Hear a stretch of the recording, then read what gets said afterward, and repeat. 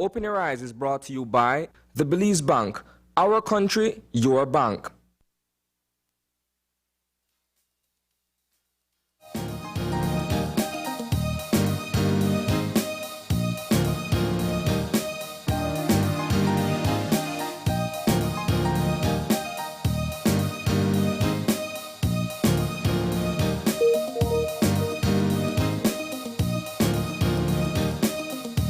Good morning. Welcome to Open Your Eyes.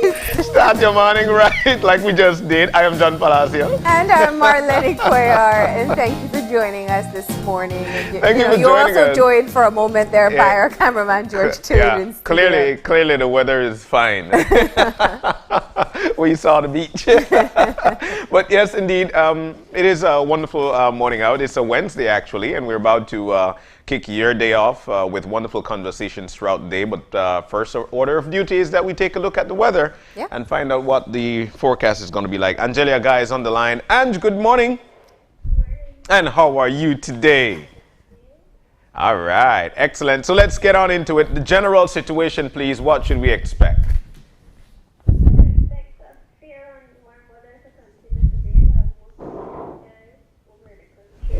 All right, and then the 24-hour forecast?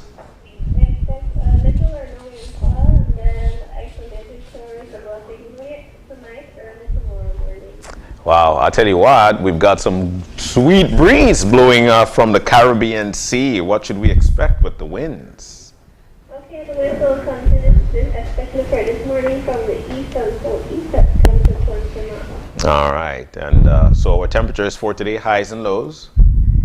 High temperatures today will be about 8 degrees Fahrenheit along the coast, 92 inland and 82 in the hills, and then the low temperatures tonight will range from 7 to 6 degrees Fahrenheit along the coast, 6 to 9 inland, and 63 in the hills. All right, we're not going to keep you too long. So can you give us the extended forecast, please? Okay, we're expecting a slight increase in moisture over the air. We're expecting a few showers, periods of rain, and possible isolated thunderstorms. So for most areas during the day on Thursday and then again on Friday.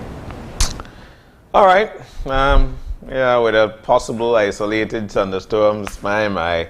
And well, thank you so very much. Is that it? Any advisories? Anything else you'd like to share with us? All right. Thank you so very much, Miss Guy. Here's wishing you a very good day. Thank you. All right. So, Marno, we know exactly what to expect. Thursday and Thursday night is for a few showers, periods of rain, and possible isolated thunderstorms. Why are you in tomorrow? We're talking about today. Yeah, I was just looking at the tropical weather. Yeah, I mean, Mr. I live in the moment here on Thursday. You know. Today is going to be a beautiful day. It's a beautiful Wednesday. For now, yeah. I'm loving it. But anyways, like we always do, we move on and we present to you the eye opener taken from dailyarm.com. All right, it goes like this. It is when you are willing to listen to yourself and be fearless that figuring out your next step becomes easy. Our lives are made up of a complex network of pathways that we can use to move from one phase of life to the next. For some of us, our paths are wide, smooth, and clearly marked. Many people, however, find that they have a difficult time figuring out where they need to go next. Determining which next step will land you on the most direct route to fulfillment and the realization of your life purpose may not seem easy. It is a good idea to think about creative ways you can use your skills and satisfy your passions. Visualizing your perfect future and making a list of ways to manifest that future can help you choose a logical next step that's in harmony with your desires. Beneath the fear and hesitation and uncertainty lies your inner knowing that always knows which step you need to take next. If you can allow the taking of your next step to be as easy as putting one foot in front of the next, you'll notice that your next step is always the one that is right in front of you. All you have to do is put 1 foot forward and on the ground. This is something that we need to learn again. It reminds me of building your family structure and then teaching each other how to make this. For that reason, I always give thanks for wisdom from those who have lived before me and taught me what I know today. And looking at the path, because it was taught to me, and then understanding that it is important indeed that all you have to do is to put 1 foot forward on the ground, live in that particular moment. At the same time, think about what the future holds for you, because when the next foot is coming by, that's actually the future. And how you're going to path that out and try to make the best of what's there for you. The family structure is very important, especially when you are able to teach how to put that foot forward and what to expect and how to actually embrace what comes when you put that foot forward. I like this eye-opener. It is something that we should continue to teach on a daily basis, especially within your family structure, your work structure, and those that are important to you. Yeah. I like it. I really like it. Yeah, of course. It's something that we all struggle with. Yeah. For me, I think just what I walk away with is just get moving. It's that easy. We spend so much time in contemplation phase, and you just got to get started at times.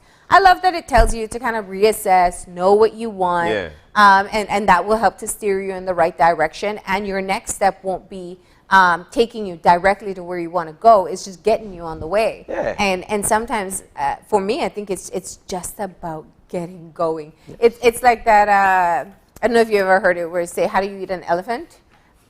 How do you eat an elephant? Oh, I've heard about it. One bite at a time. One bite You at a got to time. just start. Indeed. It may seem insurmountable many times, but Yeah. you just got to get going in the right direction, and take those steps as they flow. Indeed. So I think that's a great eye-opener for people who've been kind of stuck waffling on what they should do next. I know there are lots of changes that people are going through right now with the pandemic, maybe finding a new job, figuring out your place in your new job, or getting your business going, keeping your business going, but just keep moving. Just keep moving, one step at a time. You're so right with that. And the analogy of how do you eat an elephant is actually a clear one bite at a time. That's what you do, one step at a time. But and I sum it up by saying, let's continue to teach each other, and especially when it comes to bestowing wisdom on them, that this is what I've done and this is what I think you could do, and take it a step at a time and accept it how it comes to you. And that was a great eye-opener, though, really and truly. But we need to move on into our show for today. We've got 3 lovely segments. It is a beautiful Wednesday, like we mentioned, and we'll be kicking things off with International Customs Day 2021. That's going to be our first conversation. Yeah. All right, and our second conversation, we are going to be talking about what's happening in sports. We'll have representatives of the National Sports Council joining us, and they're telling us, I know a lot of people can't play their favorite sports, but we'll find out what type of activities they have ongoing that can still keep you engaged. Looking forward to that. And the third segment for this morning, we'll be joined by a great friend of mine, Jamal Galvez. We'll be talking about the rescue of a manatee entanglement in the fishing hooks, and what that was like in terms of trying to get that manatee out. So we'll be chit-chatting with Jamal in our third segment. But we need to take that break. Just before we do, though, we've got our birthday shout-out, and we'd like to say a happy birthday to Ashley Cleland. Happy birthday to you. One more. Happy birthday to you. One more. Happy birthday, dear Ashley. And we're going to keep it there. Happy birthday. Yes, Ash. I left all the singing to John. I'm sure you'll appreciate that. Of course, Ashley's a part of our team here at Channel 5, so that's a really special birthday for us. Do enjoy. Early in the morning, late in the evening, she's right here. Ashley, once again, happy birthday. We're going to take the break. When we come back, we'll be chit-chatting about International Customs Day 2021. So stay with us. We'll be right back.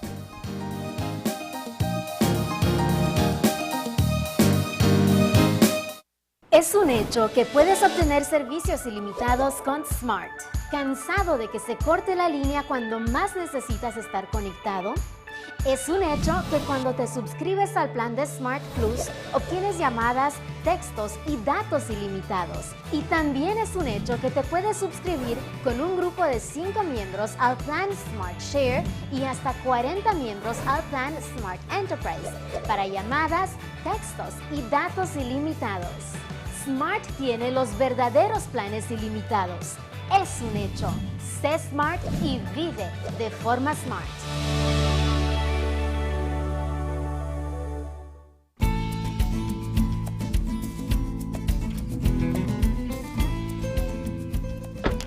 Hola, Tony. Hey Kevin, ¿qué onda? ¿Qué pasa?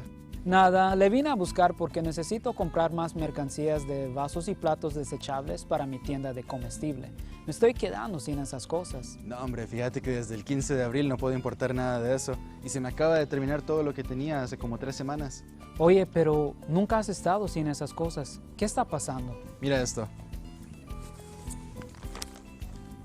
Esta es la nueva ley que prohíbe todo el uso de plásticos no reutilizables. Esos son vasos, platos, cucharas, tenedores, todo eso. Desde 15 de abril de este año no he podido importar nada de eso. A partir del 15 de enero del 2021 nadie puede fabricarlo. 15 de abril 2021 nadie lo puede vender. Y a partir del 14 de julio del 2021 si alguien te agarra con eso, te multan. Híjole, no sabía eso. Necesito cambiar algunas cosas. Les diré a mis clientes por qué esas cosas ya no están disponibles. Gracias, Antonio. Así es, cuídate.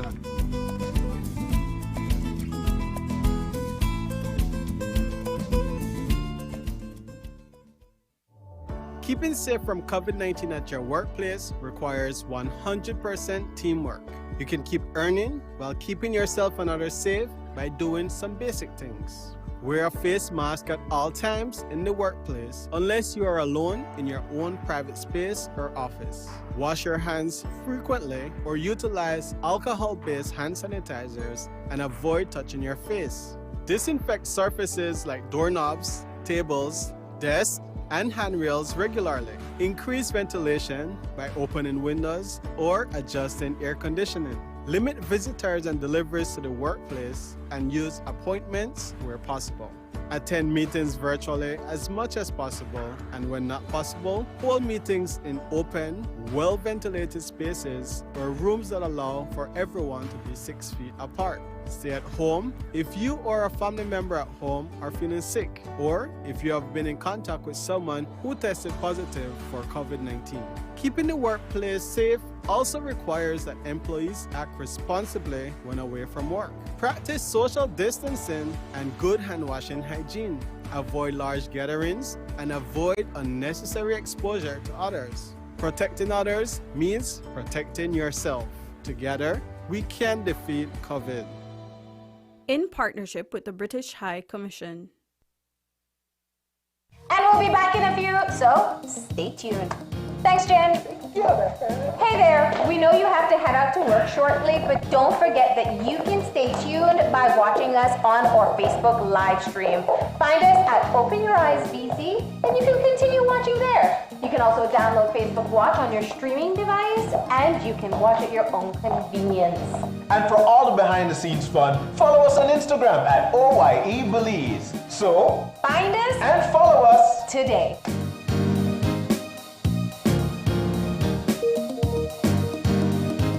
When someone you love becomes a memory, the memory becomes a treasure. Channel 5 introduces the Daily Obituaries. The Daily Obituaries will broadcast all death and funeral announcements and memorials to honor your loved one's life and memories. The Daily Obituaries airs on Channel 5 prior to the evening newscast, with subsequent repeats at 10 p.m. and 12 noon the following day. It will also be placed online on our social media platforms, all for a standard package fee. Celebrate their lives and memories with Channel 5's Daily Obituaries. Honor in life and reverence in death.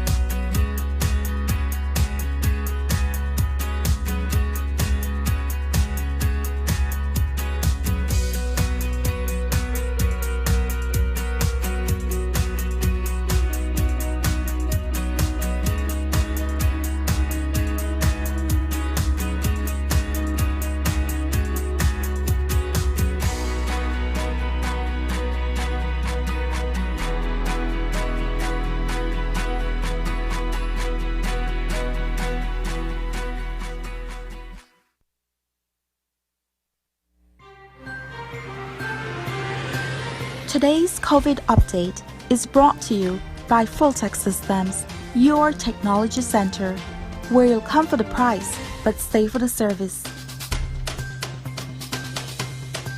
And welcome back to Open Your Eyes. We're moving into our first segment for the morning, and this conversation will surround International Customs Day 2021.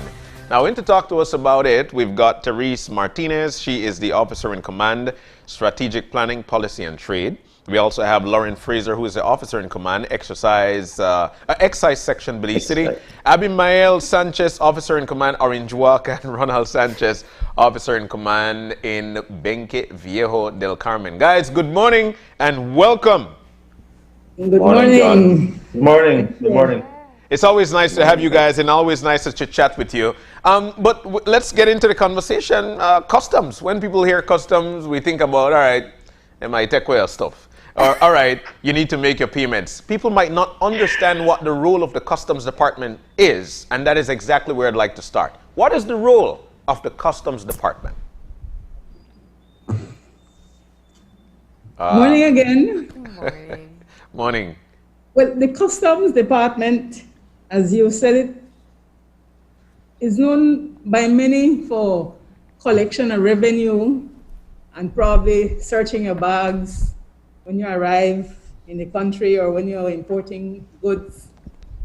But the main role of customs, in addition to collection of revenue for the country, is also to protect the borders, so border protection, as well as facilitating trade. And so over time, the role of customs has broadened and it continues to broaden, particularly because of the evolving trading environment. And so you find that customs now, its officers must be capacitated in various areas because of the change in roles. So besides collecting revenue, we also collaborate with agencies to protect the borders, and we also implement agreements and so on, particularly in areas of trade, facilitating trade. So our roles have expanded over time. Okay. So we before we continue on, I'd like to get into that topic of the pandemic and how it has dampened our country, especially along the lines of customs, which of course one of the biggest revenue generating part of our country, of our economy actually. What has that done to the Customs Department? I mean, you guys are actually front line, especially when you hear Mexico has got a surge, Guatemala have got their surge. What is that like on being on the front line? Well, the global impact of this pandemic is enormous, and our greatest impact was the major drastic decrease in revenue collection. As you said earlier, being a leading revenue earner for the country puts us in a sort of a leadership role, both nationally and internationally, to collaborate efforts with other stakeholders to ensure the survival for our country. This aspect falls perfectly in line with this year's theme when we speak of recovery. This pandemic proved or demonstrated that coordinated border management is possible at both national and international level. We have adopted the SAFE framework aligned by the WCO, and with collaborative efforts with our sister agencies such as Health, Police, Immigration, PDF, and BAHA, just to name a few, we can actually put this behind us. And as is already, we are well on our way to recovery, because when this pandemic actually hit, we actually took a surge of about 30% was our revenue collection, and that's a major decrease for us. As you mentioned earlier, we're the greatest revenue earner for the country.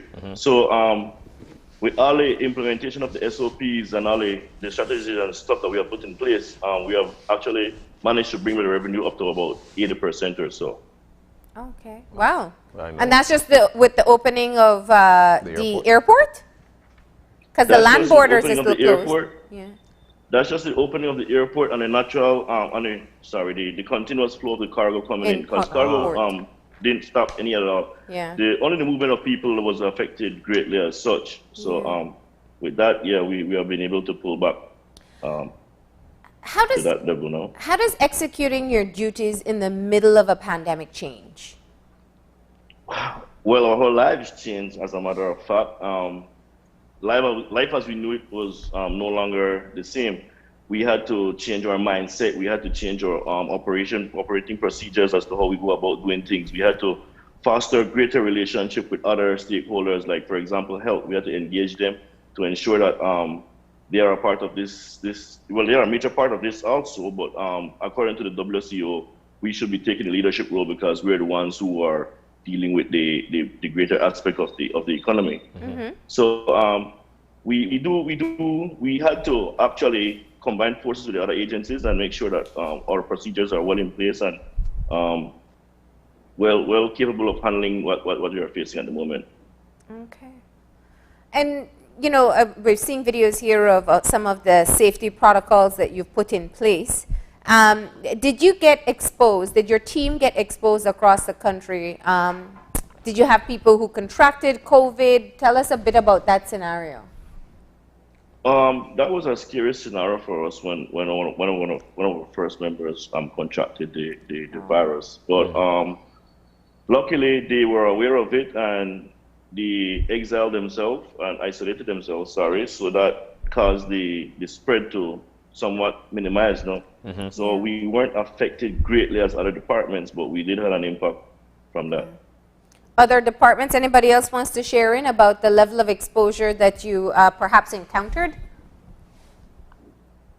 I could speak about some exposure that my team had in Orange Walk. Our team in Orange Walk, we basically do enforcement work along the borders. So we had to take extremely drastic measures to protect our officers. Yeah. And at the same time, continuing enforcing the especially the illegal crossings. Yeah. Fortunately for us, we did not have, so far, haven't had any infections on our staff. Wow. We did have to quarantine ourselves on 2 different occasions when we were potentially exposed, but thankfully the results were negative. So we continued conducting our operations along the border, along with other agencies such as police and Baja immigration. So thankfully it hasn't impacted us that much that we had to cease and stop completely. We could still do our work just in a more mitigated manner where we could be more careful and cautious. What about in Belize City when they reopened the airport? I know you had work ongoing at the port, but... Regarding the airport, Customs has put a protocol in place.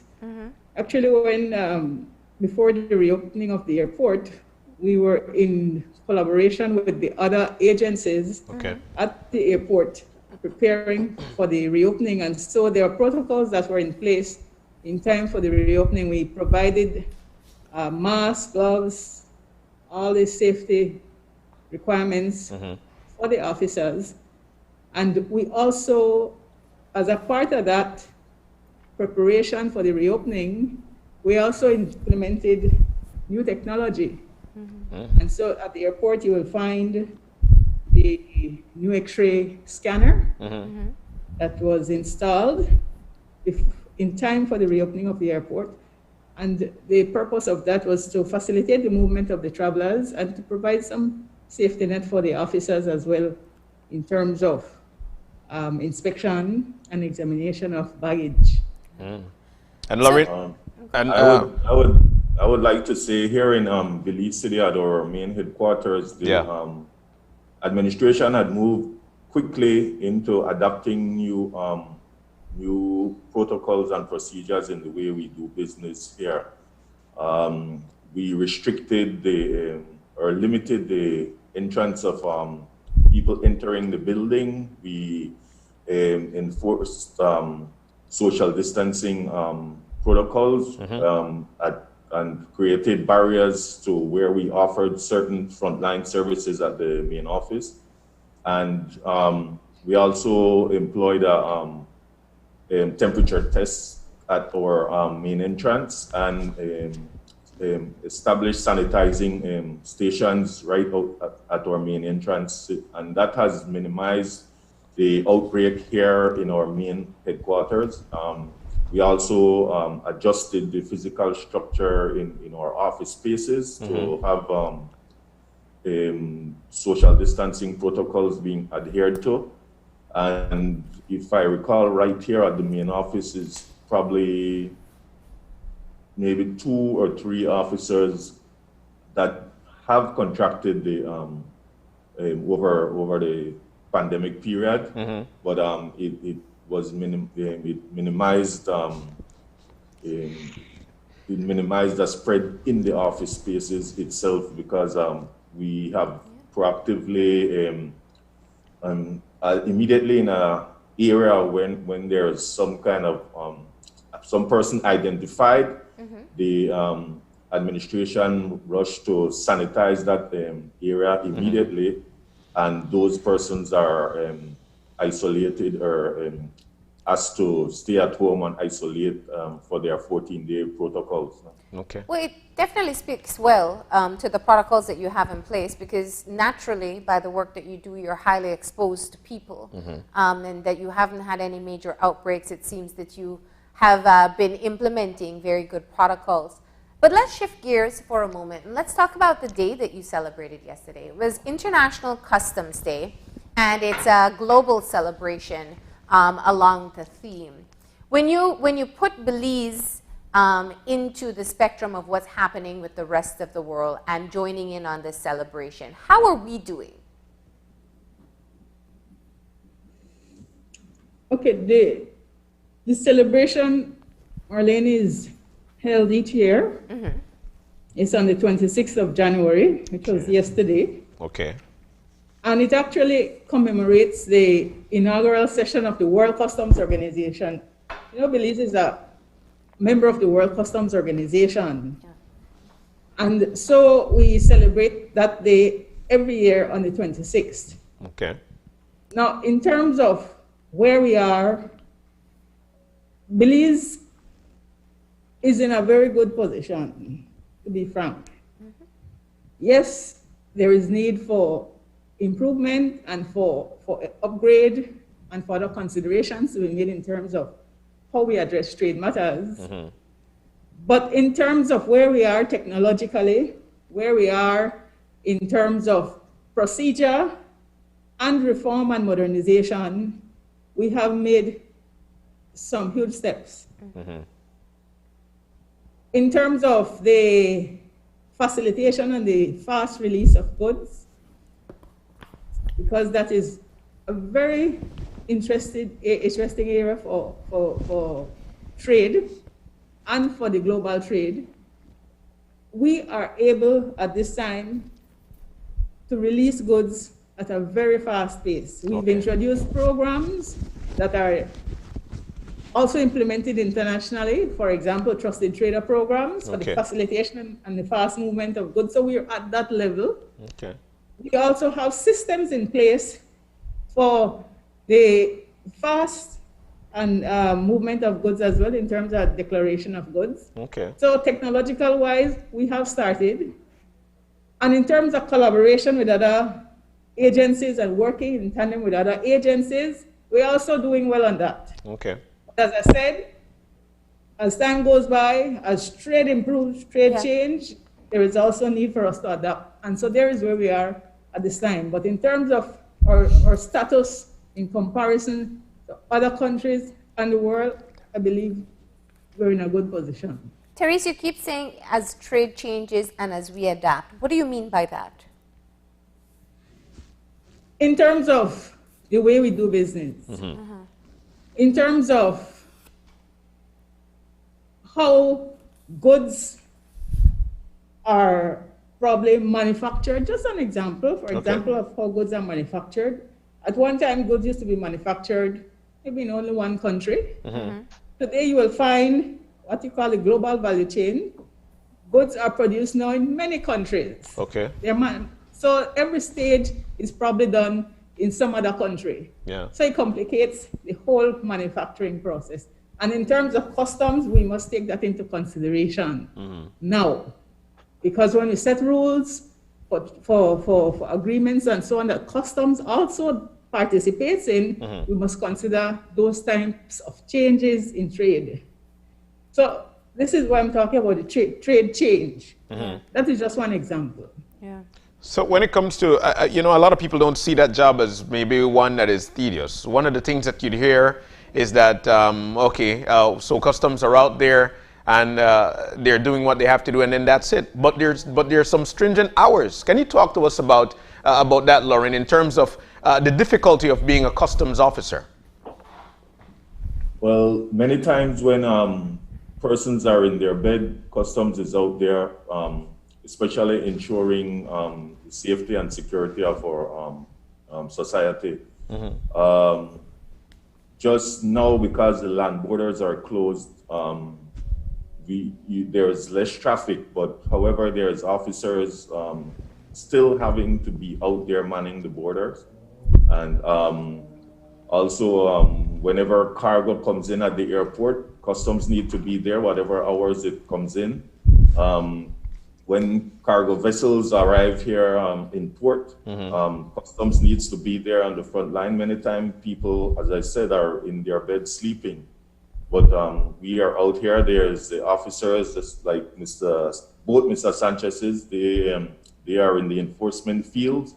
Many times they are on the front line in clandestine areas, probably risking their own lives in protecting society. Because if we are not out there, our economy suffers because contraband is a detractor from our revenue.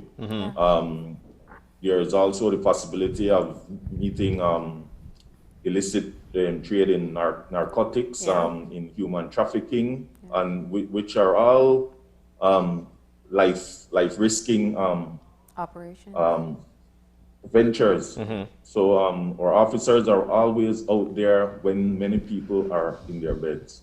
Long hours, that much we've seen indeed. But I also saw a while ago scrolling on the screen some of the custom officers getting that certificate of merit. I saw my buddy Jose Acevedo getting his. Can you tell us about that? How did they get that? At what point are they eligible for certificate of merit? Okay, the certificate of merit was usually issued to officers because of good performance.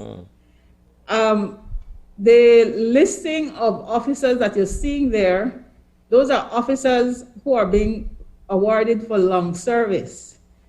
And the long service is categorized by 10 years, 20 years, 25 years, 30 and 35 years. And so annually, the Ministry of the Public Service awards public officers for their service. And that is what happened also yesterday. Okay. But beside performance, there is also for long service. So there are two categories of awards. Congratulations on your 25, Therese. Oh, thank you. Thank you. What makes you stick with it for so long? All of you. Well, for me, it's the love of the job. I mean, I always enjoy what I do. I enjoy the long hours, as you say. It's a thrill for me, working out there and serving your country, and knowing that you're impacting whatever happens in your country is a great feeling. So for me, it's a thrill of it. Yeah. Anybody else? I would also like to say the same, repeat the same as my colleague. It's knowing that you're making a difference out there. That's what keeps you going. That's what takes you out of your bed every day, sometimes at night. Because you know you're making a difference, and the impact of not doing what you are supposed to do is too risky. The risk is too great for us not to secure our borders. It's not only about trade facilitation, but it is about securing our borders.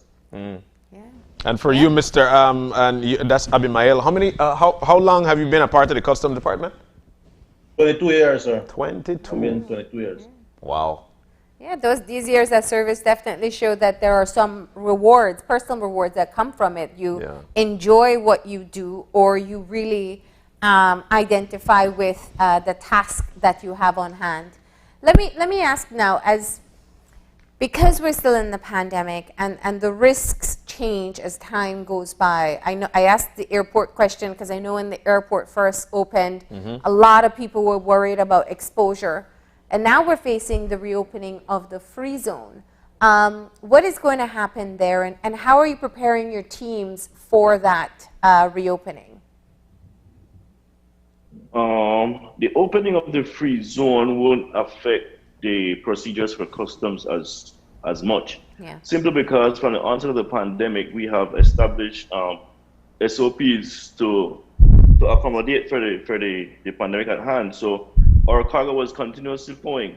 So with the free zone opening, then the procedures will simply just go over, and the same will be implemented with the free zone. Okay. Yeah. Keep in mind that we deal with cargo, so when it comes to interaction with people, it will be at a minimal, because customs will only need to focus on the employees or the workers of the free zone going in and out. Yeah. Keep in mind, the laws are clear for the country, so when it comes to purchasing goods in the free zone, is for exportation only. So the aspect of people coming into the free zone would be more like an immigration aspect.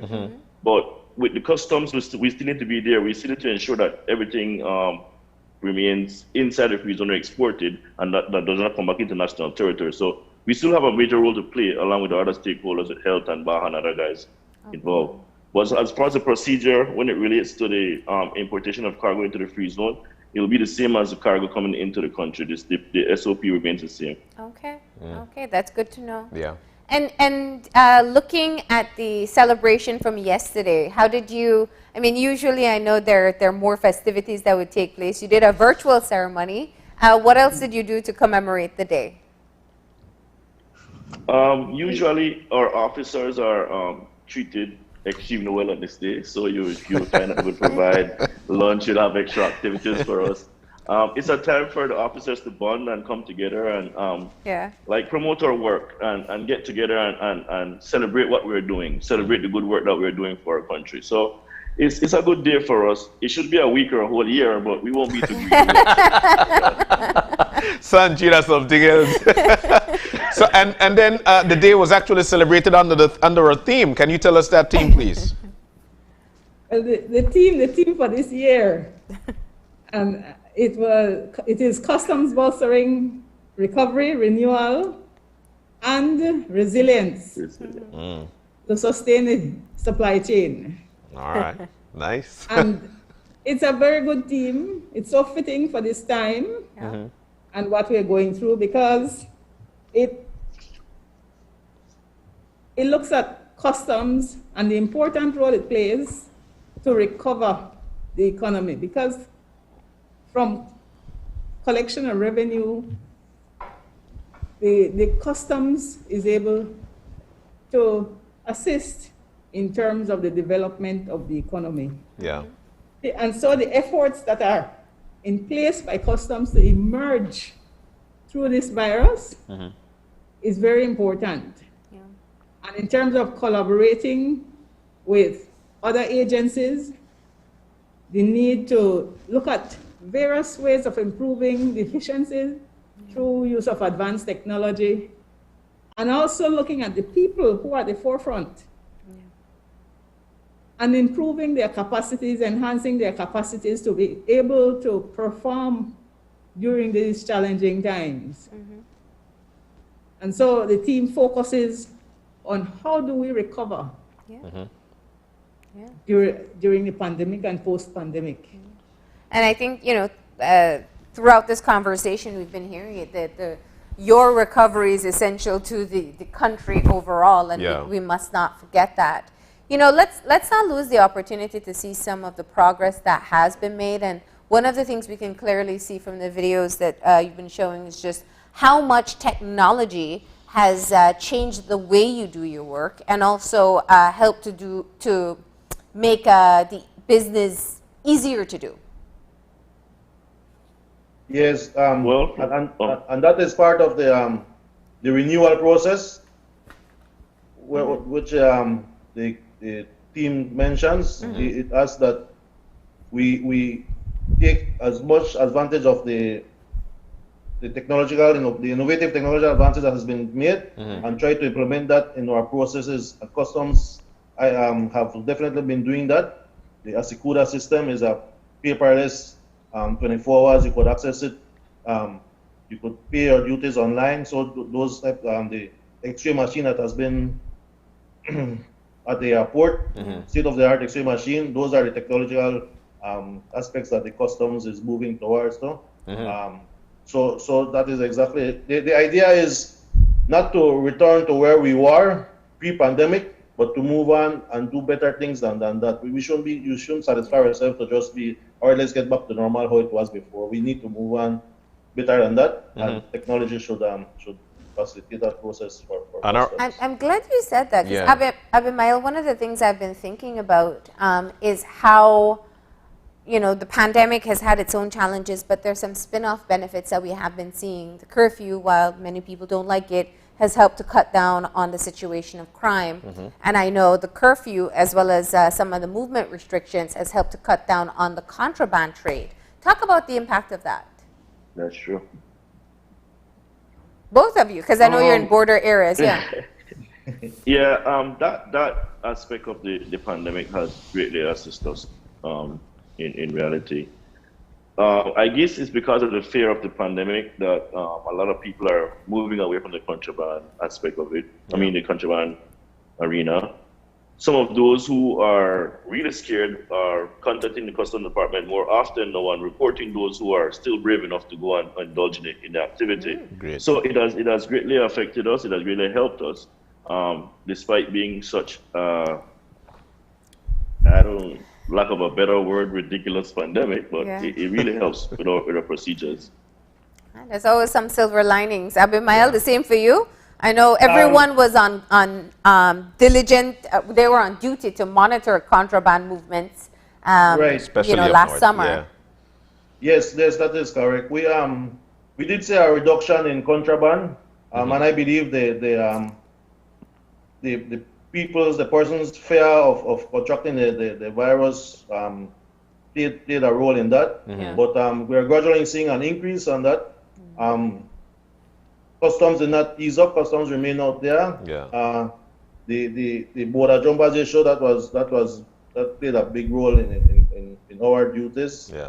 So it's a day-to-day job, and if it slows down in one area, it will increase in another area, and that is a trend that we observe every time. So the work continues. Yeah, you know, one of the things that I'd like for the public to understand, and I'd like to hear from you guys, or for you to make mention of it, how contraband affects our country and our economy. Any one of you guys take that on. The contraband. Like I said, go ahead, Frizz. Oh, like I said earlier, John, that contraband obviously affects our revenue.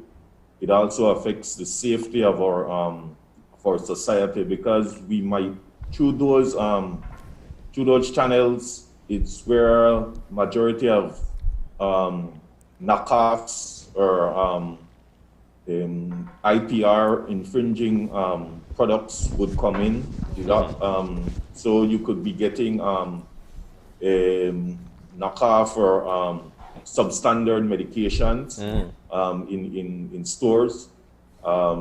You could be getting products such as maybe cigarettes or so that have not gone through the full health processes and standards required for the safety of people. And like I said as well, it will affect revenue. Those goods that come through those channels don't pay duties and taxes, and duties and taxes are necessary for the government to continue to do its business. Yeah, absolutely. Point taken. You know, I think one of the interesting things, and maybe Lauren, you can tell us a bit about this.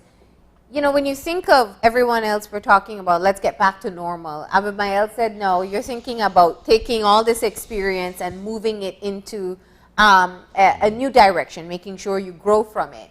What is the plan moving forward, taking the considerations of living in the pandemic and how it will change perhaps the work that's being done? Yes, customs will, just like how the wider society have been asked or had to adapt and make changes in the way we live our lives. Similarly, customs will have to adapt or is adapting to the new norms forced on us pretty much through the pandemic. However, it has given us opportunities to look at ourselves and to, as earlier we have been talking a lot of the technological advances and stuff and being utilized. However, but that takes people to perform and use those machines and new methodologies that are out there. And similarly, we mentioned the new X-ray machines at the international airport. We had to train our officers to be able to man those machines. Similarly, there have been new opportunities for collaborations with or other government agencies. We were embarking on some sessions to refocus or reestablish some of the regulations that other regulatory agencies have out there that we perform duties on their behalf. We've also been able to, because of new technologies and access more WSCO training platforms where our officers, so it exposes more of our officers to modern tools in customs administration. Okay. And the way forward is pretty much having customs being an improved service to the public, and we also maintain good relationships with our business community. We have an open door, pretty much an open door policy where business can come in and as Ms. Therese said earlier, that we offer compliance rewarding programs such as the Trusted Trader program, and probably eventually we hope to reach and complete AEO, which is an automatic economic operators, where compliance is the word of the day. Yeah. And you get benefits from that with faster release times and which means more revenue for your companies and stuff, because if you're releasing, getting your goods faster, it goes on the shelf faster, you sell more, you sell faster. Yeah. So you need to import more. Of course. Okay. And talking to the public, I am very sure that perhaps typically the focus of your work or the focus of your explanations has to do with talking about your enforcement at border entries. And everybody sees a customs officer and maybe gets a bit jumpy. It's a critical part of your work, and everyone eyes to see who's searched, how they search, who's charged, who's not charged. Yeah. How do you confront people when they express concerns about this, and how do you explain that the work should be carried out fairly? Well, I believe that the fear comes from not knowing. Yeah. So because they do not know what we are actually doing, that develops a fear. But whenever we approach people, we try to be calm, mannerly, respectful at all times, professional, that's the main thing. Yeah. And we ensure them that what we're doing is for the benefit of them and the country of Belize. So what we try to do is just to explain to them, we sensitize them, let them know what we're doing and how it affects them. And some people actually adapt to the concept and have a better understanding of what we're doing and appreciate what we're doing more. Mm-hmm. Mm-hmm. Hey, it's like what John, is like what just to continue from what Mr. Sanchez said, that they must be aware. So education is the thing. And when they're informed and then they will be able to then comply. Yeah.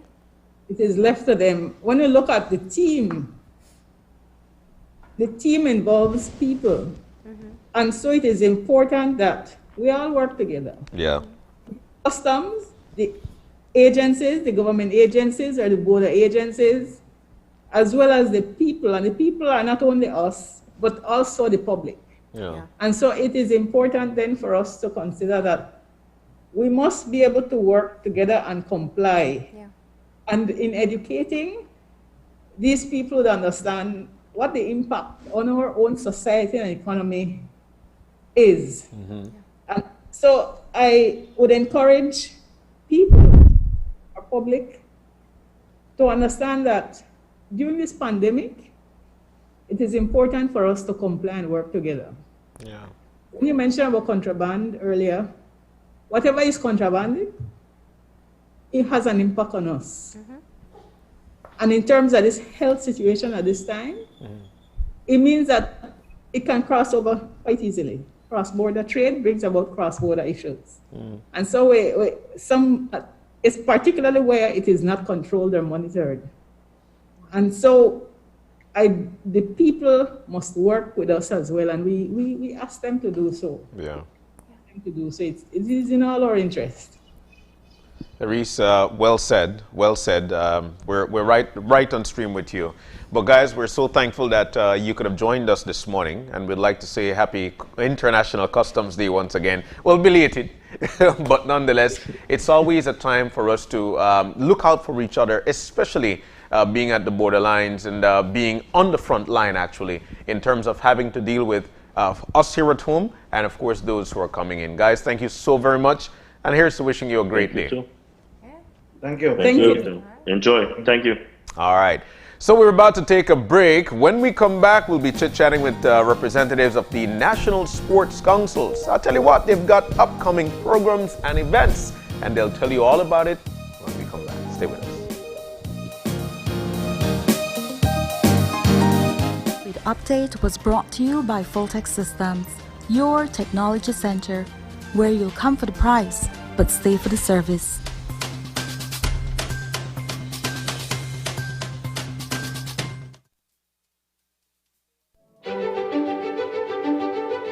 Technology is ubiquitous, and it's transforming how, when, and where we work. Fulltech Systems is placing award-winning devices in the hands of information workers, allowing them to work without compromise in a world without wires, to innovate, create, and to maximize productivity anytime, anywhere, satisfying the needs of the desk-centric remote and field worker and every other worker in between. We are providing the industry's best devices to businesses going through the process of digital transformation. Partner with us today to provide the solutions that will allow your employees to work effectively and efficiently to enhance your customers' experience.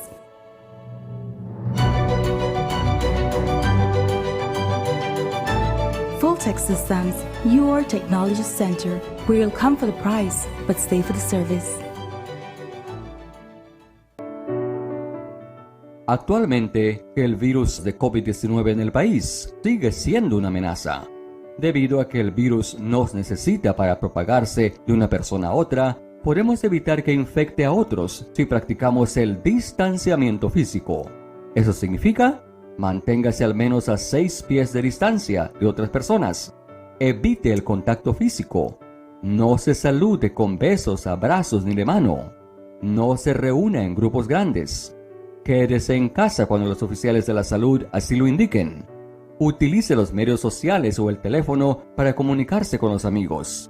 Evite los espacios cerrados y las áreas con mucha gente. Trabaje desde casa si puede. No visite a nadie que esté enfermo, en cuarentena o en aislamiento. Mejor, llámelos por teléfono. Protejamos nuestra salud.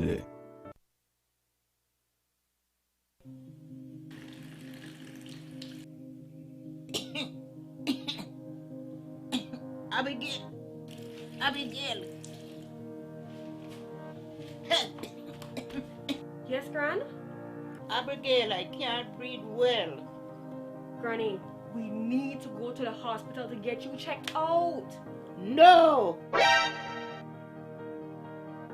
I'm fine. Yes, Gran, we need to go now to get you treated. Now, before it's too late. No, no, no, no, no, no, no. Grandma, we need to go for all of us. No, no, no. Stop. If you are having flu-like symptoms, please call us immediately for medical guidance.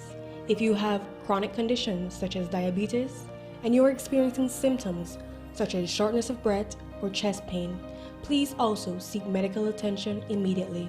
We lost a lot of people this year. We don't want to lose you too. Please seek help if necessary. Call us at 0800-664-2273. Continue to wear your mask at all times. Keep physical distance when in public and stay at home unless absolutely necessary. This message has been brought to you by the Ministry of Health and Wellness. And we'll be back in a few, so stay tuned. Thanks, Jen. Hey there, we know you have to head out to work shortly, but don't forget that you can stay tuned by watching us on our Facebook live stream. Find us at Open Your Eyes BC, and you can continue watching there. You can also download Facebook Watch on your streaming device, and you can watch at your own convenience. And for all the behind the scenes fun, follow us on Instagram at OYE Belize. So, find us and follow us today.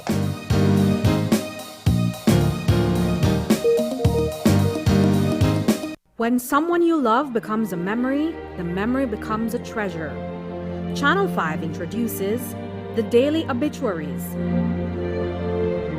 The Daily Obituaries will broadcast all death and funeral announcements and memorials to honor your loved one's life and memories. The Daily Obituaries airs on Channel 5 prior to the evening newscast, with subsequent repeats at 10 p.m. and 12 noon the following day. It will also be placed online on our social media platforms, all for a standard package fee. Celebrate their lives and memories with Channel 5's Daily Obituaries. Honor in life and reverence in death.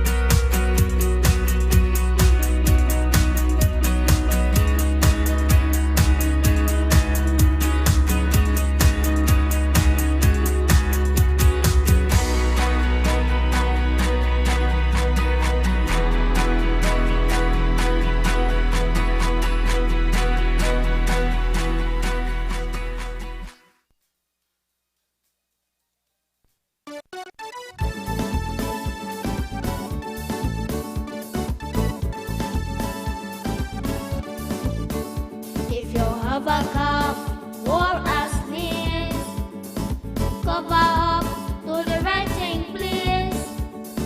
Boys and girls, the entire family, help protect the weak country. Wash your hands properly. Wash your hands regularly. Soap and water is all you need to scrub and rub naturally. Coronavirus, seriously, it took over the world practically. Stealing lives with no remedy. We have paid everybody fee up cautiously. Boys and girls, the entire family, help protect the weak country. Wash your hands properly. Wash your hands regularly. Soap and water is all you need to scrub and rub naturally.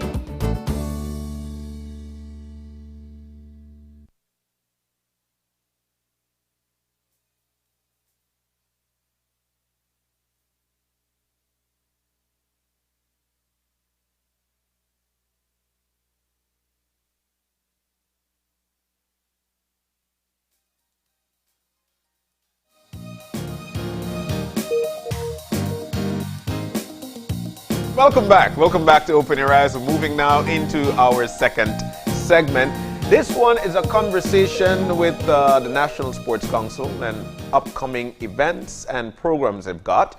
Now in to talk to us about it, we've got Oscar Arnold, who is the Director of National Sports Council, and Kaya Katus, who is the Acting National Sports Coordinator, National Sports Council. Guys, good morning and welcome. Hi, good morning. Good morning again, John and Marlene and Kaya. It's always nice to have you guys in. Always, always, always. But there is a pandemic that is upon us, and everybody still want to be active. As a matter of fact, myself and Marlene, we were talking earlier this morning about the amount of people who are out there working out and trying to get something done, trying to get themselves moving. But we've got our students who are the majority, and they're not able to go on out and play some sports together. Let's get into that and what the National Sports Council have been going through this pandemic, and where do we plan to go. Oscar? All right, great. If I can start off, well, we are still in a transition phase. We're getting settled in. But when we arrived here at the NSC, the National Sports Council, one of the first things that we noted was that there was not a post-COVID plan, kind of transitioning, getting out of COVID, because eventually the country will start to open up. There's been a great clamoring for the sport from the different sporting federations for us to try to see what we can do to open them up. We've been now, I think, over 9 months enduring the COVID-19 pandemic, and activity has been curtailed quite a bit. I mean, we know we have the curfews, and we know we have all the protocols that we must adhere to. But when it comes to sporting discipline, there's almost been nothing going on. The Creme New Year's Day Cycling Classic also fell victim to the COVID pandemic.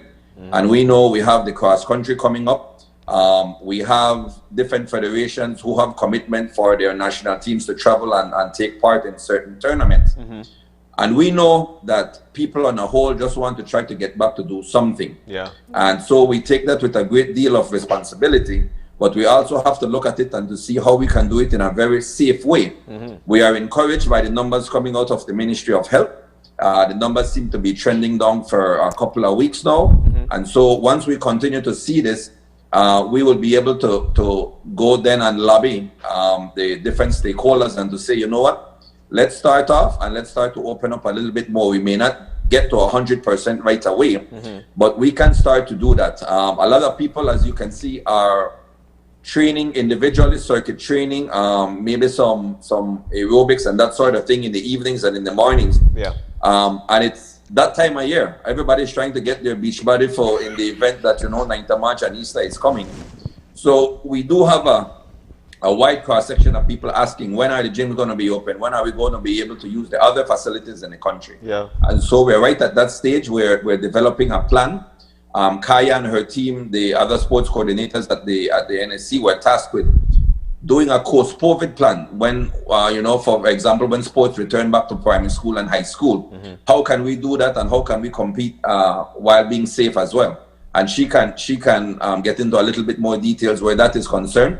And today, one of the programs that she's introducing or reintroducing is the PE in the living room for kids and for even adults who may be at home and have some time and just need a little bit of guidance as to what they can do. All right. Kaya, tell us about your plan.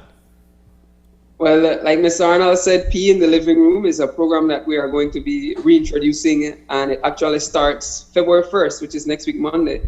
PE in the Living Room is exactly what the name implies. Physical education right within the comfort of your living room. At the National Sports Council, one of our main targets or main focus is the primary school kids. So the content is suited for a child to follow. It's easy body weighted exercise, no equipment needed. They just need to go into their living room, turn on the TV, use a tablet, their phone, whatever it is, and follow a 30-minute instructional video on just simply keeping active.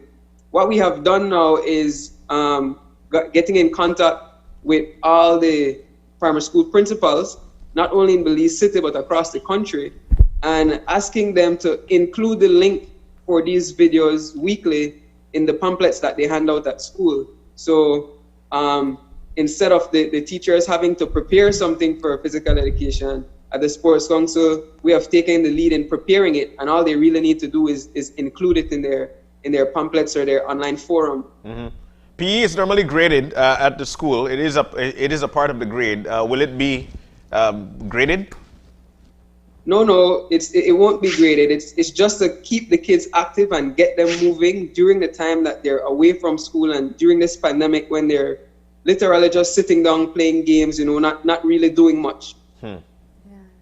Now, I think Oscar said it earlier. The issue is that a lot of people are kind of used to what they used to do before. Yes. They want to go to the gym. They want to play basketball. They want to play football. And it just isn't the time for that because of the health concerns that we have.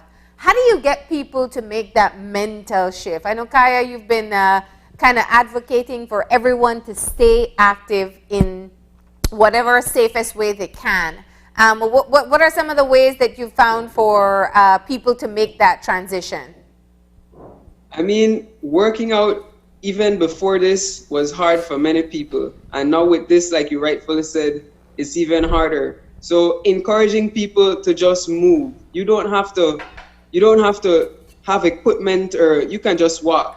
The Marianne Jones facility is the only Sports Council facility that is open countrywide. Okay. And we encourage people to use this facility. It's open from 5 in the morning when the curfew lifts until 8 at night when it ends. And people have been coming there. They have been working out. They have been practicing social distancing. And exercise is one of the things that you can do without wearing a mask. Mm-hmm. Yeah. So you just have to monitor your surroundings and make sure that you're being safe at the time. Yeah, and you got all that open air there at Marianne Jones. That definitely helps. Yeah, and there are wash hand basins that have been installed. There are 2 sets. The caretakers here, they do take the temperature of everyone that is entering. Mm-hmm. Okay. And we try to make sure that everyone follows the strict COVID protocols that are there. But you said an interesting thing, Marlene, because we're human beings. And human by nature, if you tell me not to do something, then there's an urge to even want to do it a little bit more. Yeah. And so what we've seen is for the pure athletes, for the higher level athletes, they're the ones that have been gravely affected, because I still see the weekend warriors, the road warriors, the people who do their 2-3 miles around Princess Margaret Drive and that sort of thing. They are still doing that. Yeah. But there are some caliber of athletes that need a little bit more than that. They need some of the weight and resistance training that you can't find. Some people have been improvising, and that is good. We see that in all facets of Belizean life. Mm-hmm. And so we want to encourage that. We want to continue to tell them, listen, our numbers are trending down. We know that a big part of fighting this COVID-19 virus is to try to remain healthy, is to make sure that you're healthy so that your body can fight it in the event that you contract the virus. So being sedentary, not having any movement, not doing any exercise actually puts you at a greater risk. Yeah. But we did mention one of the programs coming up, which is the PE in the living room. Is there any other program that's... Let me just say something. Sure. Is it easy enough for everyone? Because Kaya, not everybody's living room look like yours with all those trophies. Marlene, all you really need is a space. A small space that you are able to do a jumping jack. Yeah. You extend both feet and both hands, and you're perfectly fine. That's really all you need. Okay. Yeah. Marlene, I was a little bit amazed when I saw the first couple of tape sessions and the editing. Kaya and the other young ladies and young men who lead the activity worked up a sweat, but the kids were keeping up, and so I believe it's for everyone, young and old, in between, even for somebody like me and Jan, no? Yeah. I know with you, Oscar. But I did ask, in terms of the PE in the living room, that's one program that's coming up. Do we have any others that's on the horizon? Then eventually we'll get into the events, because I've got some questions there. Yes. Again, we challenged Kaya and the team when we came here, because this organization is multifaceted. It's grown to a point where it can't be a one-man or a one-woman show. And so, Kaya, if you don't mind, there's a couple of things that we have asked them to look at in the pipeline. Some of them virtually, and others when the protocols are relaxed a little bit. But Kaya, if you don't mind. We have two other virtual events that also will be launched in the month of February. And the first one it's a run walk competition where it's actually for primary schools, but anybody can participate and accredit their miles to a primary school. So how this works is you go out in the morning or whatever time of day, you record your run walk on any app on your phone or whatever device you use. You screenshot the amount of miles and the time that you did, and you send it into the National Sports Council. Now this is subsequent to registering as a participant in this virtual event. So let's say, for example, John would register and he would say he wants to support St. Luke Methodist School. So all the miles that John sends in will be accredited to St. Luke. So parents, teachers, friends and family of students, the students themselves are able to participate and try to get their school on the top of the list. Now at the end of the month, what we do is tally all the miles, and the school with the most mile wins. Sweet. That's What a do good they one. win? Yeah, yeah. Oh, win. Well, we have mahogany trophies for the schools so that they can showcase in their principal's office. Yeah. And we also are giving them face masks, two-sided, one side with the National Sports Council logo and the other side with their school's logo. Wow. And in addition to that, the first place schools from whatever district they come will win 1 month of free training at the respective NSC facility in their district. Sweet. Okay. Kaya, my That's a little goodness. bit more motivation to do some miles from my niece and nephew's school. Exactly, Marlene. And you don't have to live in Belize. I must say at this time that Minister Kevin Bernard and our CEO Jose Urbina have been really supportive. They've ensured and they've given us their assurance that we will have whatever support necessary to get sports back on track. Yeah. We've met the facilities in some very unsavory states, and we are working to get those back up to minimum standards, at least in the interim, and then go from there. CEO Urbina has also been encouraging us. For example, there are a lot of virtual marathons. Yeah. And so one of those will be coming up soon as well, where you register, you still get your bib, but it's an electronic bib. And then you just go out and you go conquer the road. And then again, on any app, any phone, any watch, you record your time and your distance, and then you send that in. And based on that, we can tell you how you placed in the virtual marathon. Yeah. It's amazing how 5K, 10K, and marathons and half marathons have just transitioned so easy. Yeah. Yes. You know, it really has been taking off. So sometimes you see people out there, you don't even know they're running a marathon. But it's really great that people are staying healthy. But let's shift to another area, and I know it's a big passion for both of you. While the Sports Council is there to keep people engaged, since people aren't playing sports, and I'm not just talking about recreational, I'm talking about the athletes who have future goals of being professional athletes, what type of support have you been offering or can you offer during this time for people to keep up with their training so they can keep on pursuing the goal? Sure, great question. Again, it comes down to resources, and we've been able to try to get some of those available for them. We're speaking with the associations and the federations, and we're having our meetings with them scheduled as we go along.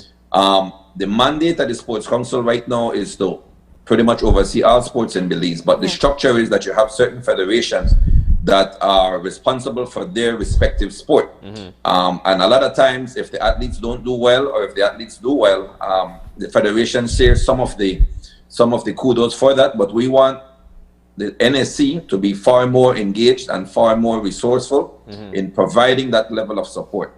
I know you posed a question to the minister yesterday that you have a lot of good tell stories of athletes who have made it on their own. I want to say that while we do have athletes who participate in sports that the federation may not be as active, all federations play a big role and a major part in what these athletes, in the development of these athletes. Yeah. We know that a lot of athletes have been getting scholarships on their own. We've gotten a few more requests than what the NSC is usually responsible for. Yeah.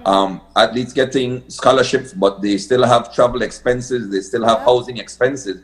So we're looking at that, but we will work along with the federation as well, because they are the ones that have a responsibility at times for their sport, and they manage their sport.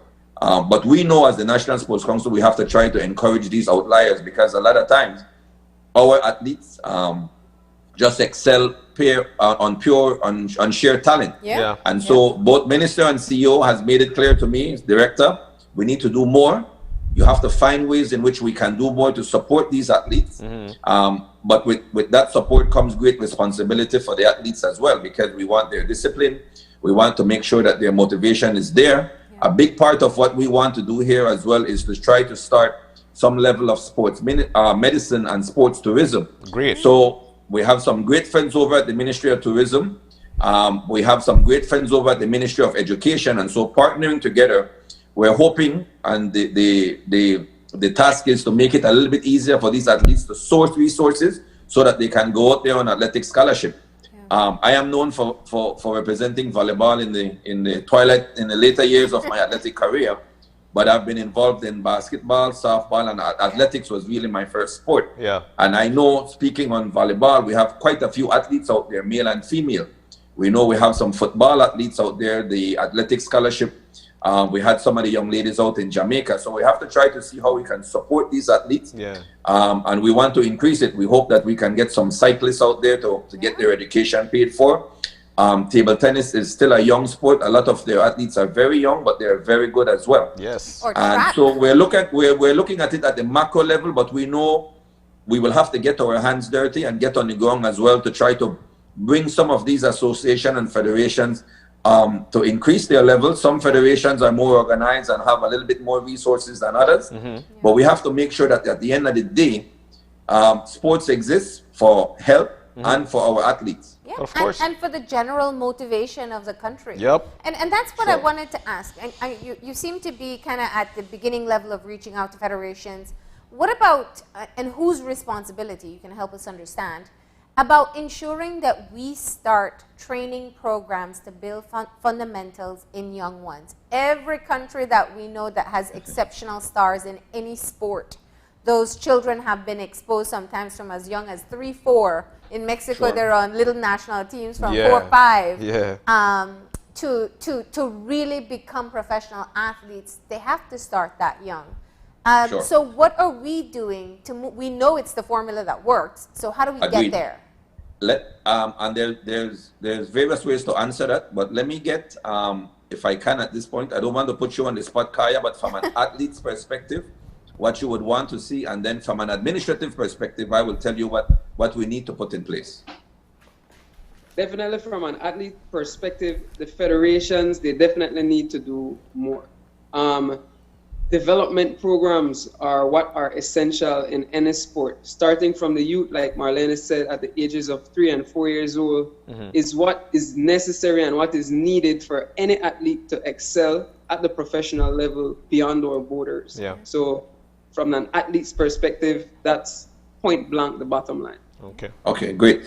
Like I said, from the NSC point of view now, we want to work with the federations, because while you can use certain sport development models across sports, there are certain sports that have their own nuances, they have their own requests, they have their own resources, and they demand a little bit different.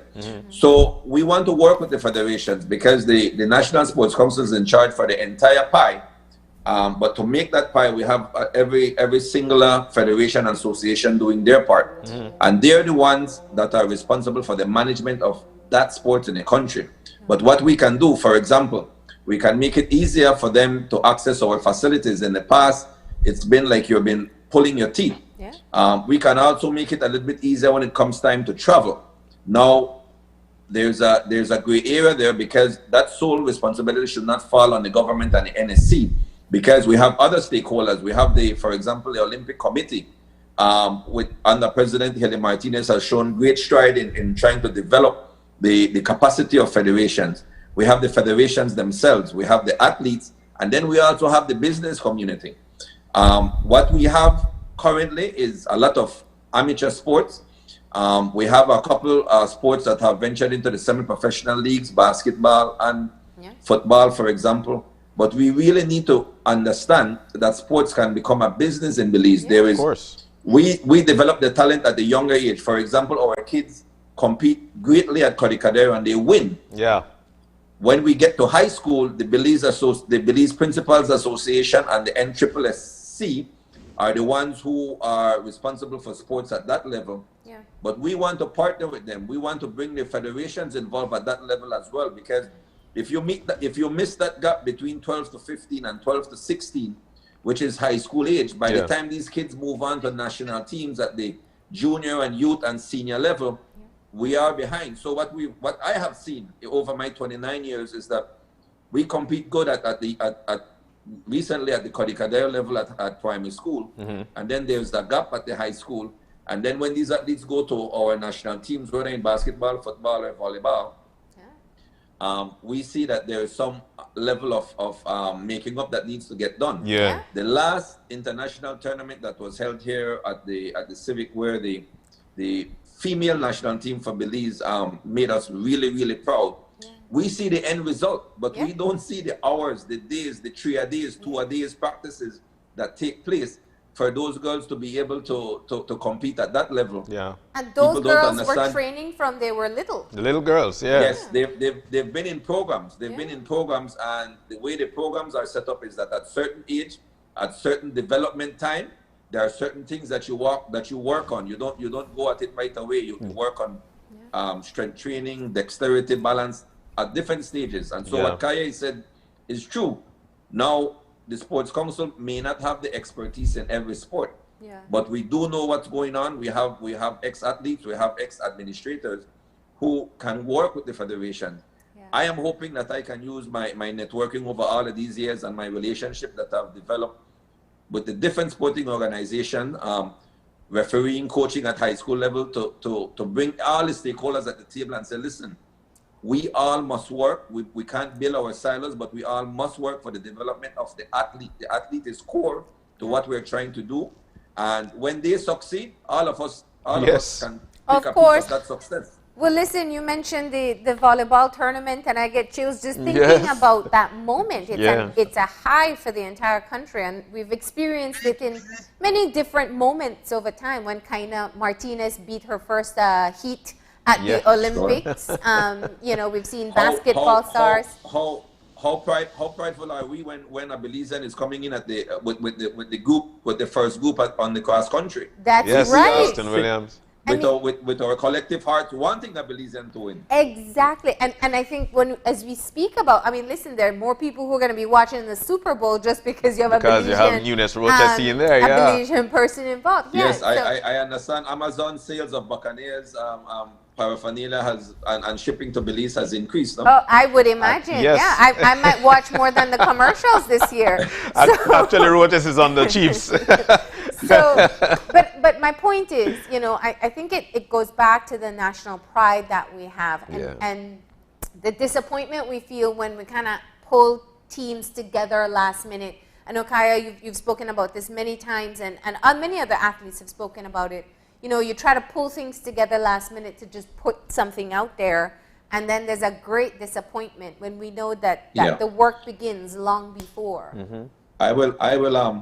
I will address that in saying this, right? When I started out playing, athletes used to have to do their own fundraising to pay for their own trips to represent their country. While that may still be the case in certain instances, it's certainly not all athletes that go out. And in my time, that was almost the case. So I'm glad that we have moved away from that. Mm-hmm. However, when we look at that, one of the things that we want to do here at the Sports Council as well is to track athletes from primary school, high school, all of the development. We want to introduce them to the Belizean public from when they started And so that you can almost have a talent identification and know that this particular athlete will do well in their discipline. Yeah. And we want to make sure that the Belizean public, the business entities stay engaged as well, so that they can say, you know what, if I want to do something, there's 10, 15 athletes that I can try to invest in as well, and I can try to support through their development. And so one of the things that we want to do here at the National Sports Council is to introduce these athletes so that Belize fall in love with them long before they become successful. That's right. And we take part in their development either by encouraging them or by providing the resources that is necessary, so that when they get to that stage, we already know we are expecting great things, and when that happens, we know that we are a part of that success. Of course. You're we right. We have a storied history in sports. I mean, our Golden Girls in softball. We had great boxers, our basketball players of the 60s and 70s. Yeah. Our cycling athletes in the past. And so we have to get back to that stage. Absolutely. Where it's a sport culture for those of us who compete internationally, but also a culture of sports where we do sports to stay fit for life. Yep. Where we want to do it for our own health. And then where you have little ones who want to have a healthier lifestyle, to be that professional athlete that they look up to. Yeah. And Kaya, you are one of those athletes. I could imagine how the kids look forward to seeing you. Let's not lose sight of the PE in the classroom and how other people can get engaged. You are guiding some of these classes as well?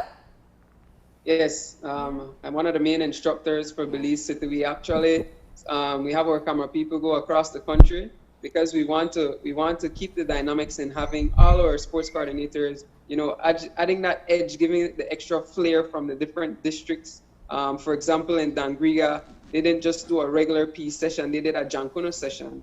So that was a bit different. In Belmopan, they did like a dance session where they started to teach the dance, and by the end of the 30 minutes, the kids had like maybe a 3-minute dance that was choreographed. So there's a different dynamic in every district. Yeah, that's lovely. Kaya, and Kaya, I think I can vouch for Marlene and John. If we ever need some high profile instructors, we may need to recruit them. Yeah, I'll do the basic introductory beginners level. What else? A couple burpees. There you go. Yes, man. No, and some planks. And we're watching on screen the 1 hour or Jankuno session, and let's put that into perspective. That is hard work. Yes, definitely. I didn't want to, Oscar, we know that we're about to wrap up, but I didn't want to lose this in saying that sport is also entertainment for the country. And everybody normally look forward to the La Ruta Maya, look forward to the cross country, which I'll fast track to the cross country. Can that happen? Testing for these guys leading up to, probably putting them up somewhere for the entire week so that they're not exposed, and try to get that entertainment on? There are instances that show that if you can keep these events and athletes in a bubble, that you can do it. Obviously, it increases the amount of logistics and the resources that are there. But we are in communication. Our Minister of Sports, Honorable Kevin Bernard, and our CEO, Mr. Urbina, are committed to try to make these things happen. They are a big part of our Belizean DNA. But we must ensure that at the end of the day, even though we want to promote these activities, we also want to promote the health of our athletes. Of course. Kaya can tell you there's countless hours and years that she's invested in developing her body. And for you to have an athlete exposed to this Corona-19 virus and don't know what will happen, it would really deal us a blow if we have some of our high-level athletes contract this virus. So yes, there are certain instances where you can mitigate it, but we have to speak with the federations, we have to speak with the stakeholders and the teams involved, because we also want to make sure that we are responsible and that it is safe for our athletes and support crew, because cycling, there's a big support element to it as well. Yeah, you're right. But we want to thank you so very much. Thank both of you for joining us this morning and giving us the good news of where sports will be going in the near future. Thank you, Kaya, Oscar. Thank you guys so very much. Jan and Marlene, thank you so much for having us. Kaya, thank you as well. Best of luck, guys. Stay safe. Sure. All right, so we're about to take a commercial break. When we come back, we'll be talking about a rescue of a manatee that was entangled in fishing hooks. Wow. Jamal Galvez will be joining us shortly. Stay with us. We'll be right back.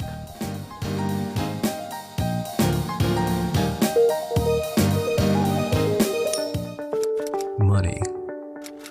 What is it? It's a tool, traditionally made from a small piece of paper or metal and handed from person to person, traded for food, clothes, or anything else you desire. These days, we don't rely on physical money much. Money has become a stream of ones and zeros, endlessly cycling around the globe on a superhighway called the internet. But where did money come from? And where will it go next? Sometimes the best way to see what comes next is to look at the past, and the idea of money was invented way before the beginning of written history. It all started with the barter system. If you were a farmer in these days, leftover crops would be traded for bread from the baker. In ancient China, instead of carrying around hundreds of items around with them, people began to carry small tokens that represented the items that they wanted to trade. Ultimately, these tokens were replaced with abstract circles that could represent any item. According to early writings, Roman soldiers were paid in salt. It is believed that this is where the word salary comes from. The first coin we recognize today were issued in Turkey, and they were made of electrum, a naturally occurring alloy of gold and silver. Moving from coins, paper money was introduced around 700 AD and was developed by the Chinese shortly after they invented woodblock printing. They called it flying cash, as it had a tendency to be carried away by the wind. When Marco Polo visited China in the 1200s, he brought the idea of paper money back to Europe with him. Paper money wouldn't see widespread adoption in the West until mid-1600s, when banks started issuing notes that promised to pay bearers on demand a sum of gold. Merchants found it much simpler just to trade the notes with each other, rather than lugging around large amounts of unwieldy metals. During the American Civil War, both sides issued huge amounts of government-backed paper currency to fund the war, as they weren't enough gold.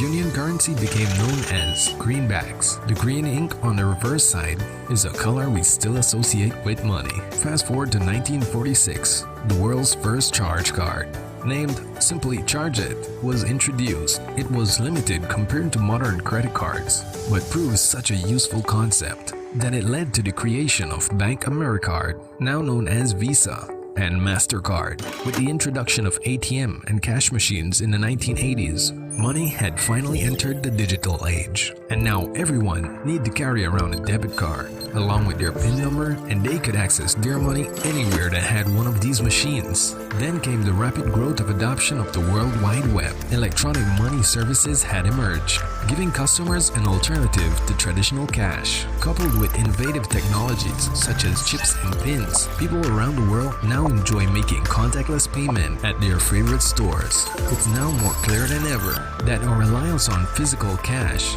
is on a steep decline. Convenience and security is what will pave the way forward for how business and customers transact in years to come. The phenomenon is coming to the Belize market, digital wallet, a powerful option to physical wallets. Digital wallet can be very handy, as they can get rid of carrying cash everywhere. Digital wallet proves to be safe, easy, and immediate way for customers to pay online and further minimize the hassle related to cash transaction or waiting in line for long periods of time. The digital wallet is developed to increase customer safety and convenience significantly. So what does the future hold? The future is now, and it's powered by eCash. It's a fact that you can access unlimited services with Smart. Tired of being measured or cut off when you need to be connected? It's a fact that when you sign up for Smart's Plus plan, you get unlimited talk, text, and unlimited data. And it's a fact that you can sign up with your group of up to 5 members for Smart's Share plans and up to 40 members for Smart's Enterprise plans for unlimited talk, text, and data. Smart has the true unlimited plans. That's a fact. Be smart and live smart.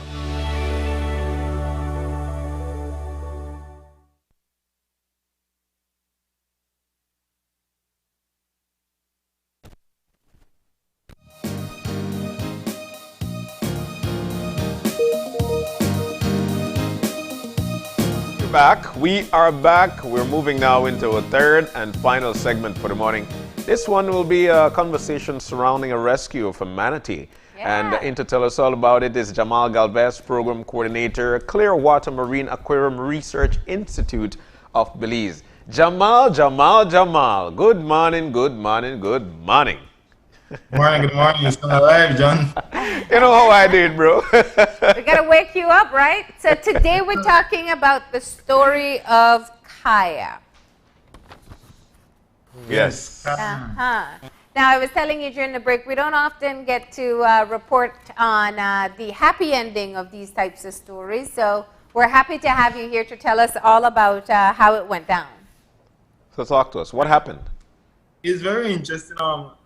We've gotten reports of this manatee that has been dragging around a buoy. Initially, when I heard it, I thought it wasn't for real.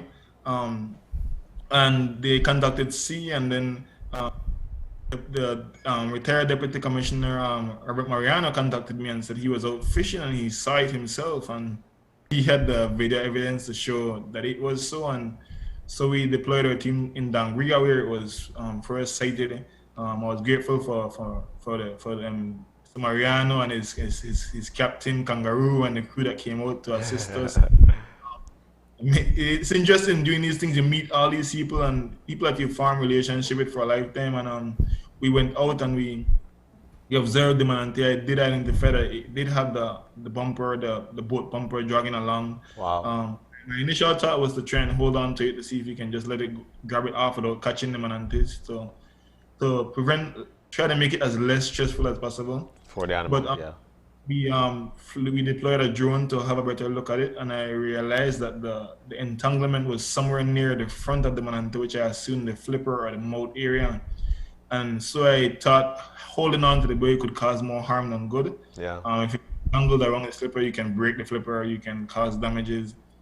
So we decided that we were going to deploy our rescue boat and our rescue team to see if you could catch it. Okay. And of course, we returned the day after, and the manatee wasn't there again. So we waited. To put out some notice, ask people to report it if they see it. We've continued to look for it, and then we heard that it was in Hopkins. We deployed our team to Hopkins, and it wasn't there again. The day after, which was I believe was Monday, we returned to City River where we heard it had moved down to, and as we got out there, we saw the buoy dragging around, and so our team we created a plan in how we are going to address it, and we successfully caught the manatee safely. Kudos to our team and volunteers that were out there. Kudos to the people of the community that called it in and reported and assisted, come out with their boats and gave extra hands, came out and tried to search for it. There are many people involved, and this is another instance where I tell you manatee conservation brings people together. Yeah. We were able to successfully capture the animal, and we brought it on deck. We observed that it wasn't just a tanglement, but it was a hook, a large fishing hook that was lodged in the manatee's right jaw. Oh wow! Ow. The bumper seemed to may have had two hooks on it. One of it may have came off during capture. As we noticed, another indentation, another puncture near the flipper of the manatee, where we figured the other hook was as well. Hook must have been lodged for a couple of weeks. A very large hook in the manatee mouth. I'm pretty sure it's discomforting. However, I must say the manatee was in great body condition. If the hook was lodged probably more deeper in its mouth, it would have prevented the manatee from feeding normally. Yeah. So we have definitely lost weight. As you know, manatees eat about 9% of their body weight daily. So you go 3 weeks without eating, you're looking at a malnourished manatee, sorry. But the animal was very fit, had a great body condition. Her behavior was good, temperature, heart rate. We did a full assessment on the animal, taking her measurements, her biometrics, and we collected some samples. We also tagged the animal, which is a tag that we put into their shoulders, kind of like you put in dogs, like you see on the scanner there. So if we catch this manatee again, or if it dies, and we know who it is, we know it's Kaya. As these tags have specific frequencies that they respond to. Yeah. And We cleaned up the wounds, and it was determined that based on the injuries that the animal have and its body condition and the assessment that it was safe to release the animal back in the wild. We wouldn't want to take an animal to rehabilitation that doesn't need rehabilitation. Yeah. It's quite a journey to get that large manatee of that size all the way to Sardinia. Yeah. Putting them on through all that stress and. But you check them first, right? Like to make sure they're healthy enough to go out. Yeah. Definitely, we wouldn't put a manatee back in the wild that's not healthy enough. Like I said, the body condition tells me it's feeding. It was pooping on deck, so it tells me that he had recently fed it. No manners. So it was safe for us to put it back in the area. I must say that we noticed a large amount of manatees within that specific area as well. So that it was in that area, and we found it on a feeding ground. They were feeding when we found them as well. So all that positive indication. Yeah. The question is how does a manatee get a hook in his jaw? Eat fish. They're herbivores. I know that there's documentation that of manatees in Jamaica taking fish from nets. They may or may not just be out of curiosity, but my belief is that perhaps this fishing gear must have gotten untied or loose from wherever it was, drifting somewhere, and manatee may have brushed up against it while feeding it. Yeah. And that was a thought, because if it's on a buoy, then chances are that buoy is floating out there, that hook is floating out there, and chances are that manatee actually got caught by that, passing by. But you did mention something very important, Jamal, that it was in an area where other manatees were actually feeding. Talk to us about, the fact that this pandemic is on. There are not a lot of people allowed to be out. And so are we seeing a booming manatee population? I suspect so. We had a national area survey scheduled for earlier this year, but the pandemic has caused that to have delayed. We haven't had a national survey in a couple of years, so this survey is critical for us to have a better understanding of where the population is, what the numbers are. Perhaps we're thinking the numbers are low, but this survey brings some drastically large number. It will tell us conservation efforts are working. It will also give us a direction in which our conservation effort needs to be and to be guided. Like I said, I wasn't aware of the large number of manatees that were between City River and Hopkins area. And the pandemic, I must say, have brought some huge sigh of relief for manatees, as during the year 2020, we only had 26 manatees stranded compared to 40 in 2019. Wow. So that's a significant decrease. That we have had a decrease of that magnitude in all the years that we've been documenting it. Yeah. The result of more tourism. People are in lockdown, so there are limited watercraft incidents. There are limited people on this. Definitely. It's However, we're seeing as the country is starting to slowly open up back. We're already at 5 incidents for this year already. Whoa. 5 of the 5 are as a result of watercraft collision. So I believe that manatees may have got into a comfort zone with almost a year of no activities, thinking, oh, we're free. Oh, that's so true. So it means that when people do head out onto the water, they have to be extra careful, because the manatees may have claimed new space, thinking it's safe. I've seen around the world, wildlife are in places that they don't normally are. Yeah. We assume that it's wild, it's free. So we may have to have a slower, easy transition into normal activities to ensure that we don't have a significant increase in manatee deaths, which erased the low number that we had in 2020 as well. Very important reminder there, Jamal. Just let me get in a question here about the name. Why Kaya? So Kaya is a little girl from City River, from Hopkins area.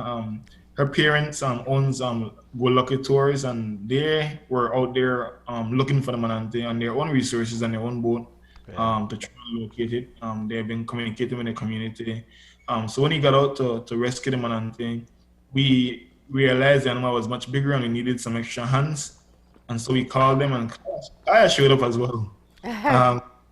She was out there. She was on the deck. Not up. She's staying with trying not to get in the way, but she was on the deck and she was recording the manatee breaths, notifying us when the manatee breathes so we can monitor its breath. She was listening, and while I was adjusting the manatee, I could have hear her in the background talking about, oh my God, how she's excited. She'd never seen a manatee out of the water before. I can't help but think, Jamal, that was you a few decades ago, right? Right, that's what was playing through my mind. And when we turned the manatee over to see what gender it is, we realized it's a female. The first thing that came to my mind, she's going to be called Kaya. Yeah. Wow. Oh, that's a lovely story. I told her, I said, Kaya, this manatee is going to be named Kaya, and she's like excited, and she's like, and I said, you're lucky she's a female. And her dad name is Lucky. So I said, you're lucky both ways because your dad is lucky, and now you're lucky because it's a female. You get it's really refreshing to hear. I know oftentimes the conversation we're having is about warning the public to be careful, as we've seen usually incidents that lead to manatee deaths. So it is so good to have you to talk about a successful rescue where the manatee is returned safely back into the waters. Yeah. Right. Yeah. Jamal, we're so thankful once again to have you. What a way to end our Wednesday morning show by talking about this great initiative that you're on. Jamal, thank you so very much. Thank you very much. And just a reminder, I mean, sometimes fishing gears, if they're disposed of not properly, they can cause significant harm to endangered species. So we encourage the public to ensure that your fishing gears are taken care of and disposed of properly. Thank the community, the Hopkins community, City River, Dangriga, Southern Environmental Association, Hopkins and Cut, Lucky Tours, all the people that were a part of it, that supported and assisted in any small way to ensure that this animal was successfully rescued and released back in the wild. All right, my buddy, you continue to be an inspiration to our country. Thank you. Thank you guys for having me. All right. So there you have it. We'll take a final break for the morning, and when we come back, we'll be wrapping things up. Stay with us. We'll be right back.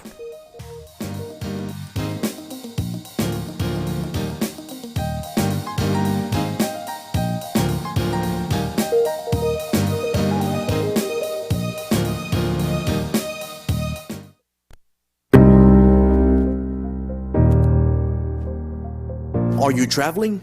Effective January 26, all passengers traveling internationally will need to get tested no more than 3 days before you travel to the United States, and show your negative result to the airline before you board your flight.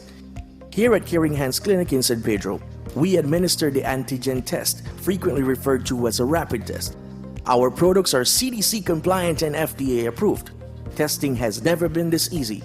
With our highly certified and licensed medical staff, we provide you with an accurate test result in minutes, making your experience fast, safe, and easy.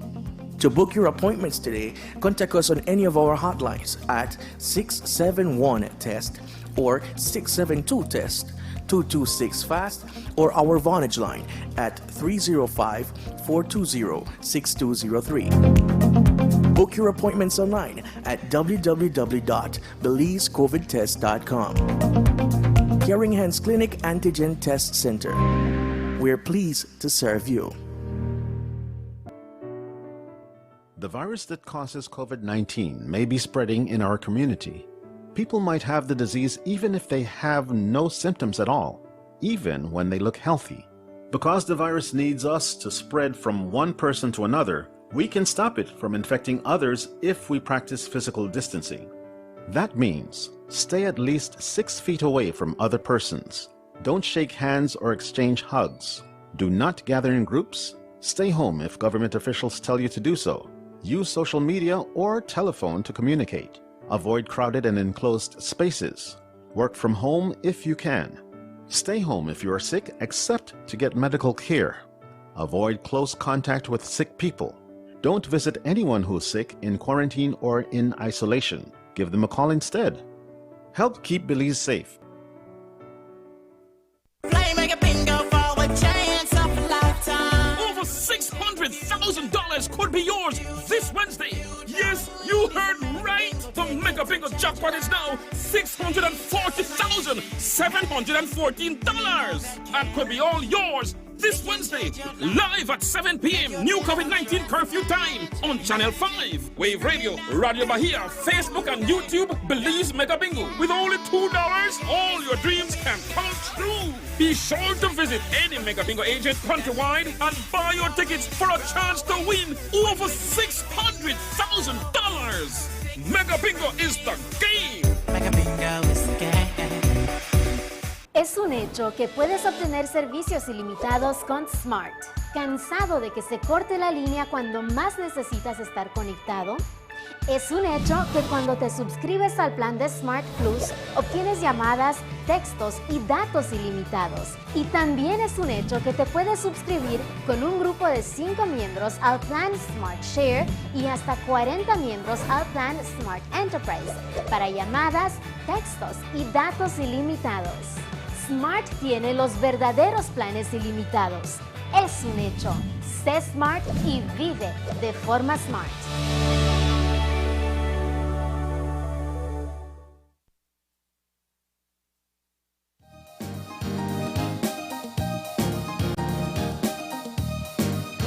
And we're back. Just like that, we have come to the end of our show for today. We'd like to thank everybody who took part this morning. Actually, we got things started with International Customs Day. It was celebrated yesterday, and they had a wonderful team that commemorated the entire day and how their jobs are done. So we want to thank them so very much for that. Yeah, we want to thank all our guests for today. National Sports Council for coming in and telling us a bit about what they're doing. Remember, you can try out their PE in the living room. Starting it's not February just for 1st. Children, it's also for anyone who wants to do some exercise at home. And we also want to thank Jamal for telling us all about the happy story, the happy ending of the manatee named Kaya. Kaya, wow. And we also want to end off the morning with, once again, a big, big, big happy birthday to Ashley Cleland.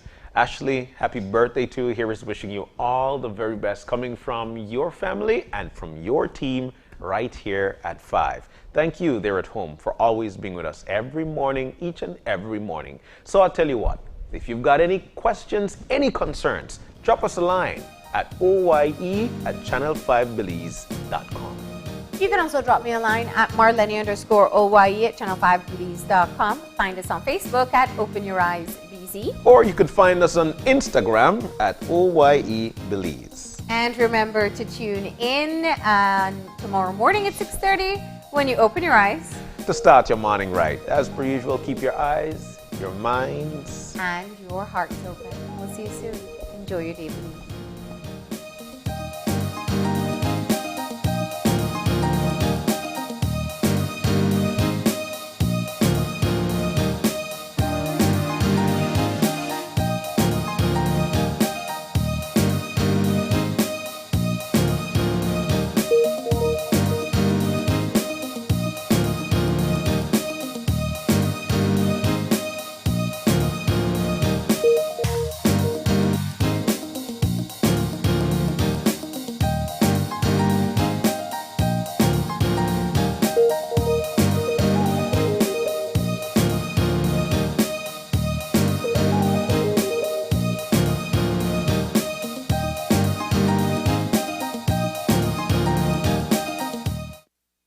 Open Your Eyes was brought to you by the Belize Bank.